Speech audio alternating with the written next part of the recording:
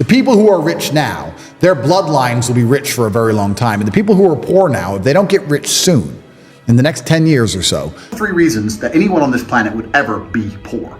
You're either lazy, you are arrogant, or you are stupid. Now, we'll start with lazy. Most of you are lazy. In fact, I'd say basically all of you are lazy. You don't understand what work is. You don't understand what work ethic is. You don't understand the ethos of conquer Earth. You don't have fire blood. You don't wake up to go piss at 3:32 a.m. and go, I'm not going back to sleep because I want to make some fucking money. So you're all lazy. You're all arrogant. Because when I sit here as the richest person who's ever fucking wasted his time talking to your fucking dumbass and tells you what to do, you don't fucking listen to me. Oh, well, Tate, maybe he's wrong about, you're broke. How can I be wrong when you're in the poor category and I'm in the rich category? I obviously know something you fucking don't, you arrogant dickhead. And the third and least common category is stupid. Most of you are not too stupid to become rich. I could show you how to do it. All you have to stop doing is being arrogant and lazy. So if you sit here and go, well, I'm none of those 3 things, yes, you fucking are, because you're not living the life I live. You are a brokey. If you were none of those 3 things, you'd be here with me in this room, wouldn't you? But you're not, because you are a fucking peon. I truthfully believe that the universe is a very giving place. And I don't want to sound, airy-fairy, but I truthfully believe that the universe is a giving place and that if you actually really want something, you can have it.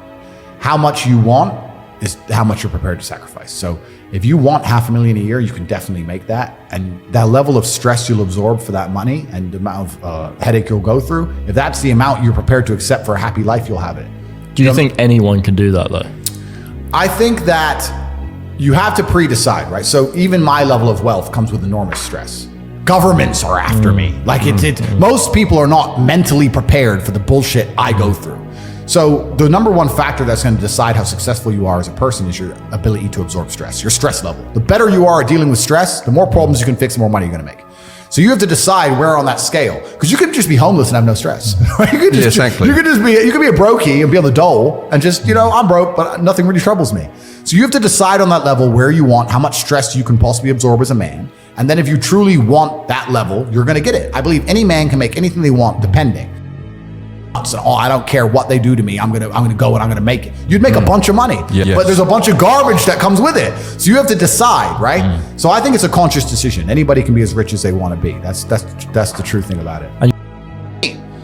The truth is, you need to instill a culture inside of young people that, and he says, and people say this, not everyone wants to be a hustler. Not everyone wants to have to go out there and grind. Yeah, but some people do. The world's not a perfect place. What you need to do is tell young people they stand a chance instead of what he's doing, which is convincing they stand no chance.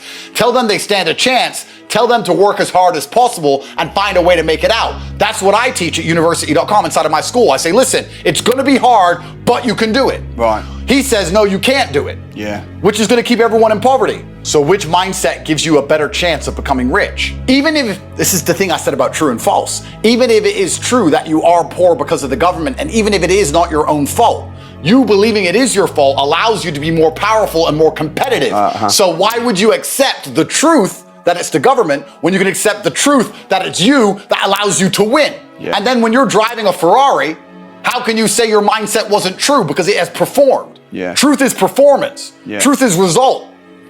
So anyway, this dipshit anyway is just sitting there on the TV begging for us to give more and more money to fucking thieves. And he's convincing people who don't want to work very hard that he's right. Because I've seen a couple comments and they're like, yeah, well, not everyone has the mindset where they want to grind. Some of us just want a comfortable job and to see our kids. That's great, but let me make something clear to you. The world is not a perfect place.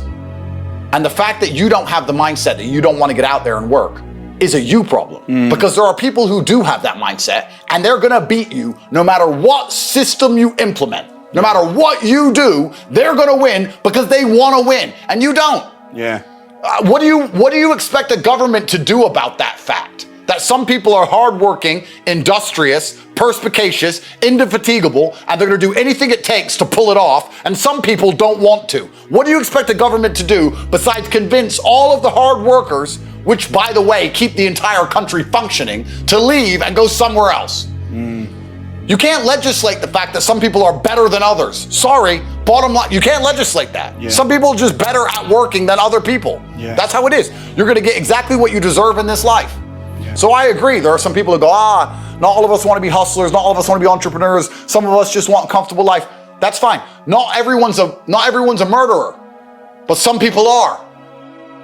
The worst thing you can probably do in the world today is save money. I mean, to just sit on money is the most foolish thing a person does. Only poor people save money. Yeah. Poor people will say they'll save up 10 grand or 20 grand and they'll sit there for a rainy day. And you're gonna sit there working your ass off for pound notes and putting them in a bank while the government prints them out of fucking thin air and deflates your currency. Yeah. You're an idiot because that money is losing value every single year. I remember when I was a teenager, 20 years ago, whatever, 10 grand meant something. Yeah. 10 grand means nothing now. Yeah. 10 grand is lunch in London. It's lunch. Like, what can you do with 10 grand? You can't buy a car, you can't buy a house. You can literally buy a jacket. Maybe a jacket and some shoes for 10 grand.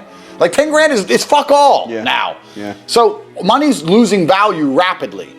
And what's going to be left is, as you described about me living in my house, what's going to be left instead of the money are things that matter, real things. Food matters, shelter matters, real things matter. Yeah. So yes, I understand there's a lot of money that can be made in property. I just have this very pessimistic view I get that. Of the British state. Yeah. Because the only problem that... But you're going to come back and be the PM, bro. And then the properties are going to boom again. Story. I was 21 years of age. This is not long ago. 21 years of age. Yesterday was my birthday. And me and Andrew, what did we eat on my birthday? KFC. Why did we eat KFC? Because when I was 21, me and Andrew used to have no food. I used to drive my broken Volkswagen Golf to the KFC restaurant in Dunstable, United Kingdom. And I used to sit in my car. And you couldn't ever eat anyone's leftover food if they ever had their mouth on it. But at KFC, they used to buy buckets. And I would sit and wait for people to sit outside, eat their meal, and leave the bucket on the table. And I used to go and take that bucket, 3 or 4 pieces of chicken. And I used to collect 20, 30, 40 pieces of chicken that were perfectly fine left in the buckets. And I used to go home and I used to freeze that chicken. And me and Andrew would break it up, put it in our rice. And that was our meal. That's what sustained us for that hard year. That year we had when I was 21 and you were 22.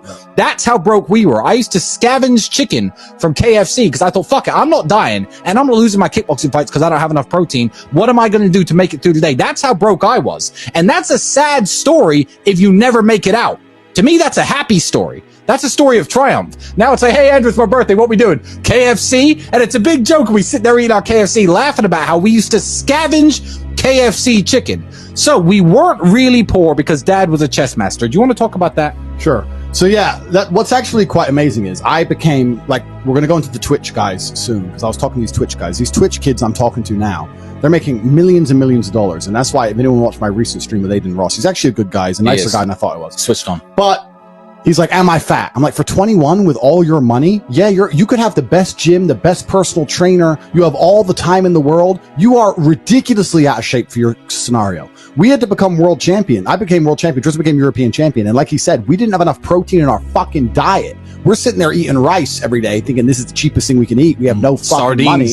But we need some meat. How can we get meat? I became world champion without even fucking food. And you got these kids with millions and millions and millions. He ain't got a six pack.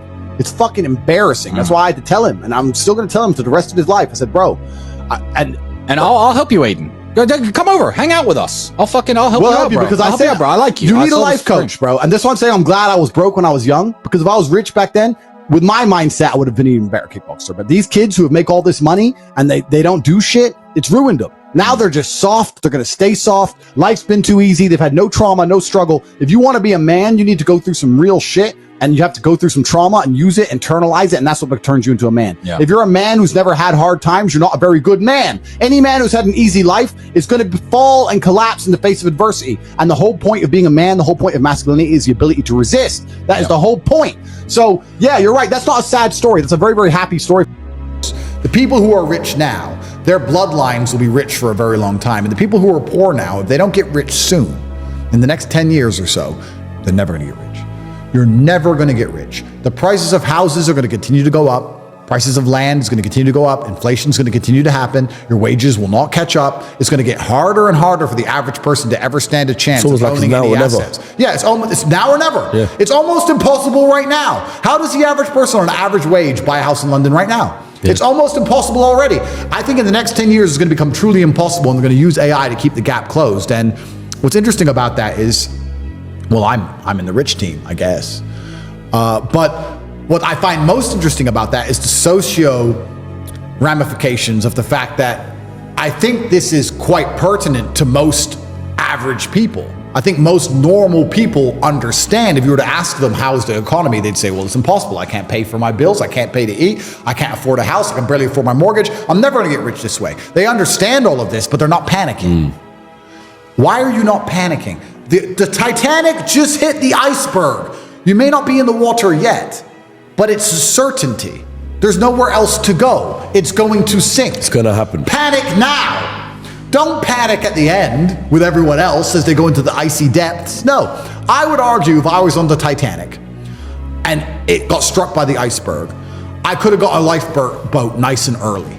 Now, I wouldn't have women and children first. I'm just using this as an example. Analogy. I know where you're going with it. I could have gone to the top deck when no one else was panicking and said, you know what, I want this. I want to go on a lifeboat. No, I don't feel comfortable on a lifeboat. And the guard probably would have said to me, you don't need to go on a lifeboat. It's no big deal. I said, yeah, but please, just give me the lifeboat, or here's some money or whatever. I want this one. Give me this one. Everyone started panicking at the end, and there was no lifeboats left. And people are sitting here now going, oh yeah, the economy's bad, but maybe if we vote for this person, don't want to swear, it's wrong.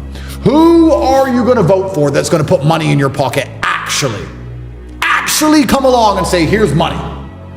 Nobody. You still got to pay your council tax, you're still a brokey, nobody cares. No one you vote for is going to change it.